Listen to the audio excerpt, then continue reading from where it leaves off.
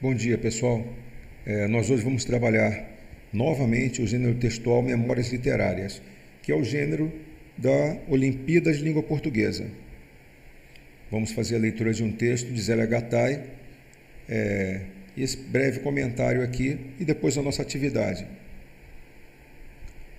No final do século XIX, sob o inverno rigoroso, famílias italianas decidem emigrar para o Brasil. Entre elas estão os D'Acol e os Gattai, que embarcam em busca de uma vida melhor em São Paulo, onde Angelina D'Acol e Ernesto Gattai se conhecem, casam-se e têm filhos. A caçula da família é a pequena Zélia, que, já adulta, rememora fatos vividos e contados por seus familiares. No trecho que você vai ler agora, ela relembra a história de uma das crianças que vieram no navio Cidade Roma e que morreu em 1890, pouco depois do desembarque no Brasil. Durante a leitura, tente descobrir o sentido das palavras desconhecidas pelo contexto em que elas aparecem. Se for preciso, consulte o dicionário.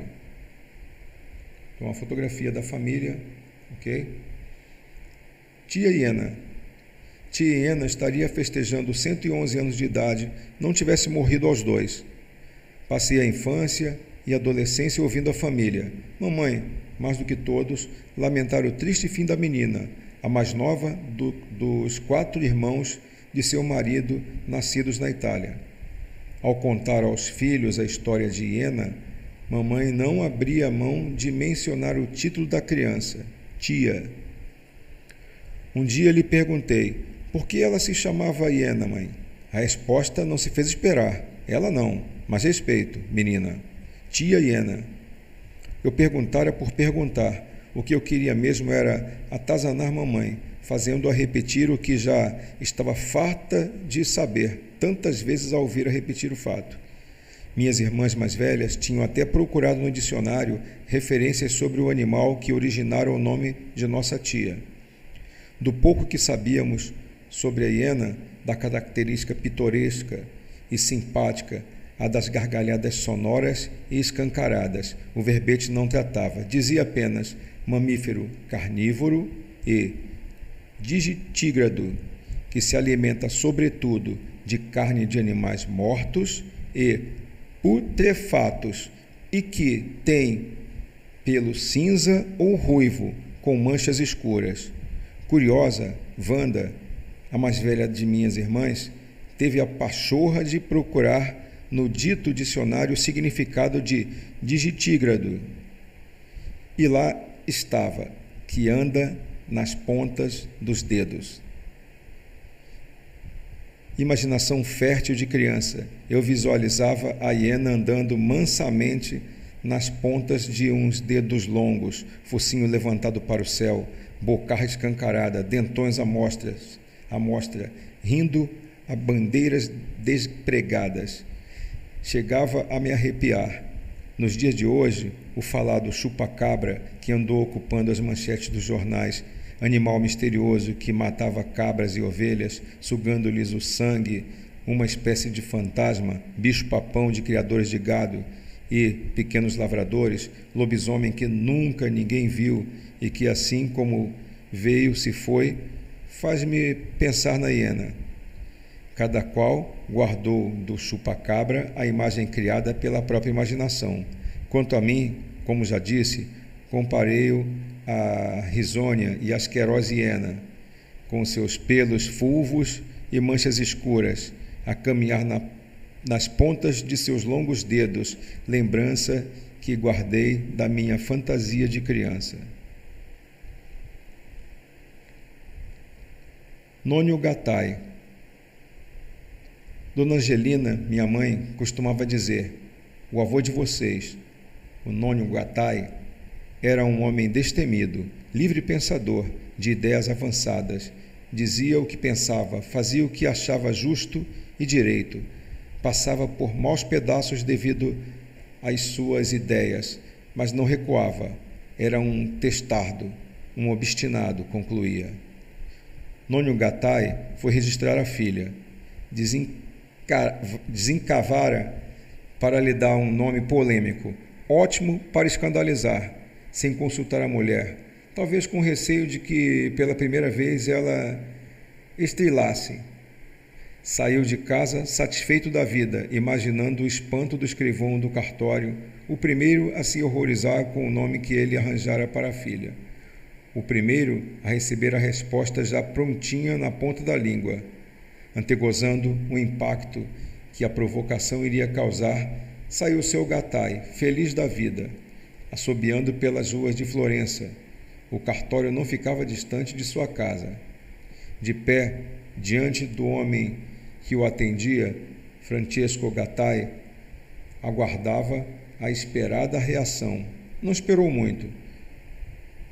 Como foi que o senhor disse? Que nome quer dar à sua filha? Perguntava o escrivão, sem poder acreditar em seus ouvidos. Hiena, escreva aí, não vou repetir outra vez, disse o pai da criança. Por que o senhor quer dar à sua filha, o nome de um animal tão repugnante? Por quê?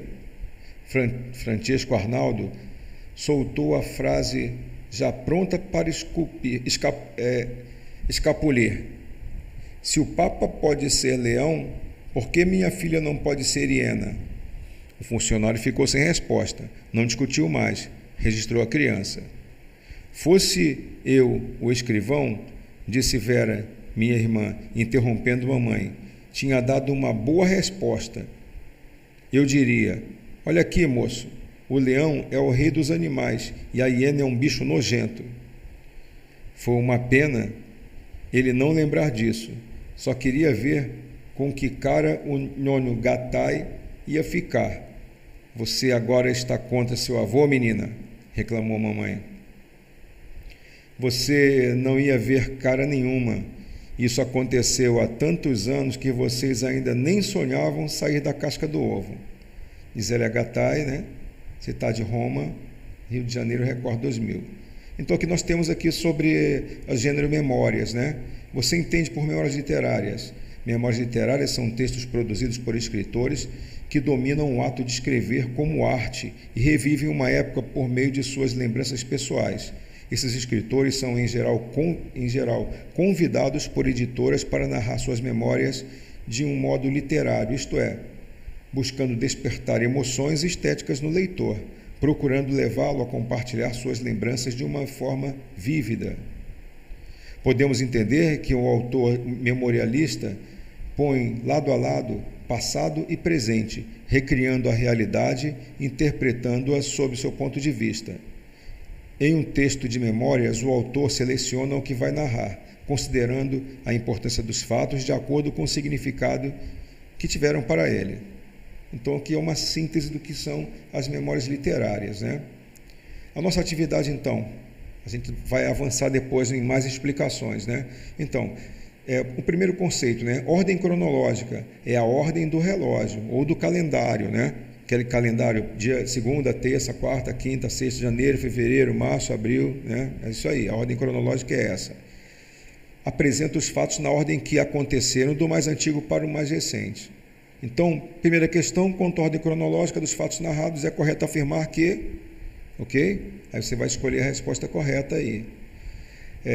A 2 também é relativa ao tempo, né? Quanto ao tempo da narrativa, A, B, C ou D, você vai marcar qual que você julga correta. Idem para número 3, todas elas, né? Os títulos dos capítulos Tia Hiena e Nhonho Gatai, nas memórias da narradora, são interrelacionados em razão de, você vai marcar a alternativa que você julga correta. Além da narradora, outra personagem assume um papel importante na preservação da memória de seus antepassados. Quem é essa outra personagem? Ok? Nônio, Wanda, Francesco ou Dona Angelina? A quinta, é possível reconhecer quando a autora se coloca como narradora de fatos que aconteceram com ela.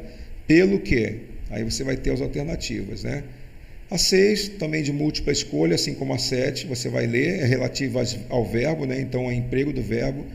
Aqui está explicado quais são os tempos e o modo. Temos aqui um modo diferente, né?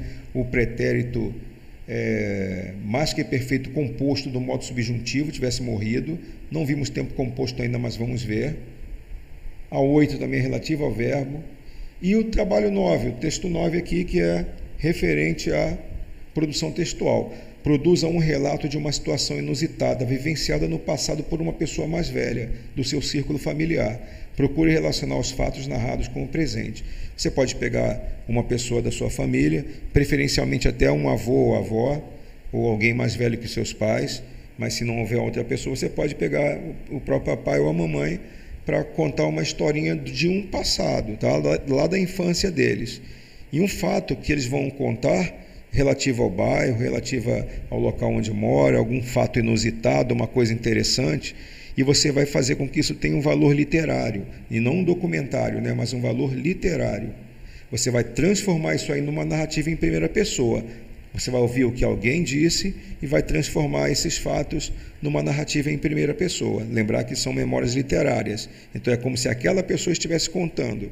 Você vai transformar aquela narrativa para a primeira pessoa. Lembra, por exemplo, do colégio, como é que era e como é que é atualmente, como é que era a rua e como é que é atualmente, como eram os amigos do bairro, né? Então, bem interessante, gente. Vou aguardar a participação de vocês então. Tá bom?